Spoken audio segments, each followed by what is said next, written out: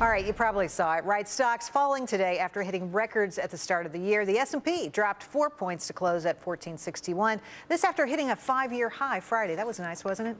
Investors are awaiting the start of the fourth quarter earnings season, which kicks off tomorrow after the bell with Alcoa. Joining me now to talk about what's going to go on with those earnings results, Doug Flynn, co-founder of Flynn Zito Capital Management. Doug, welcome back to the show. Great to have you here. All right, we've got this big season, earnings season coming in, and I know there's just been a raft of recent bad economic news. Yeah. What are the big concerns for companies as they come into this fourth quarter, they start this first quarter?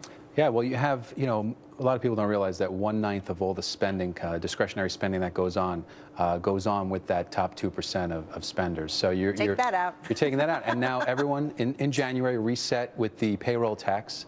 A lot of people haven't even gotten their paycheck yet. And the ones who have realized that all of a sudden that's a smaller paycheck than they've gotten the last 2 years because of the increase in the Social Security tax.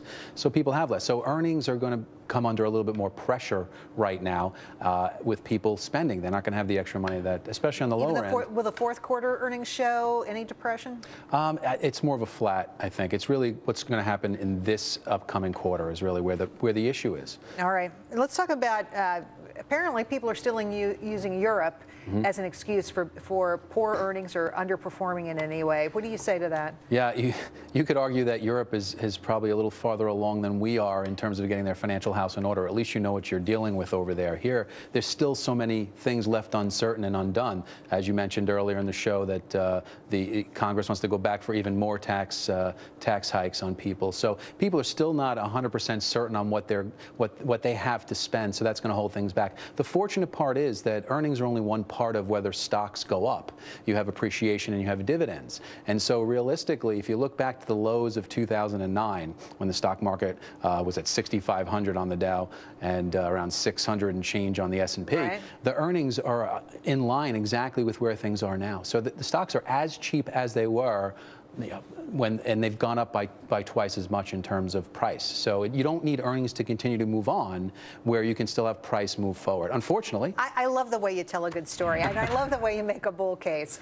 And I appreciate that because I think it's easy, to just hear only the noise and not really understand fundamentally what's going on. I bet if you walked outside this building right now, half the people you would talk to would not realize that we had an incredible run last year. They would. In fact, you know that because there's been net outflows to equity funds and equity investments. People are pulling out money as the market's doing well, and that's their history. If you look at inflows and outflows, of course, and the market moves up, they don't follow it, and they wait till the market gets really, really high. When the stock market hits its all-time high, which it likely can this calendar year at some point, that'll make the news. And then people look around and say, wait a second. Why aren't we in the market? Right, the market's doing well. I'd better get in. But now, of course, it's this much Too farther late. along. Exactly.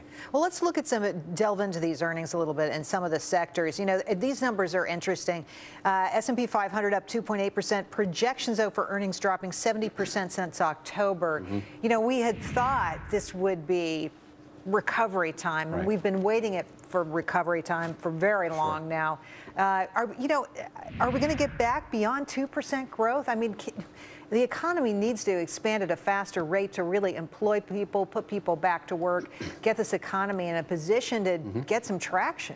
Well, the higher taxes and the higher payroll taxes are absolutely a drag on GDP. So that's going to hold back the spending. It's going to hold back the earnings. So you have to look beyond earnings. You have to say, okay, earnings are still low. Literally, you're at almost 20-year lows on historical values to stocks. You'd never know it by looking at it, but that's the fact. And so what happens is you have to say, okay, you can have price movement just back to the norm. The stock market can advance even if earnings just flat and they don't move up. So I wouldn't expect much from earnings. In fact, it's probably not going to go anywhere. But there are other things that go on, dividends and appreciation. Stocks, as you said. What sectors do you like? So, talking about equities, but on the other side, a lot of people are worried about their bonds. You have to look at emerging markets. Emerging market debt has about the same risk level of U.S. stocks, but has much greater upside. And emerging market equities. And also we do like the U.S. Large cap area because so many people are not liking it right now. Ah, you're contrarian. Doug, thanks for coming on tonight. Really appreciate it. All right, we got more to come. My 2 cents on the National Hockey League. And your kids may want to do everything Justin Bieber does, but it could wind up costing you a fortune. I'll explain it all next.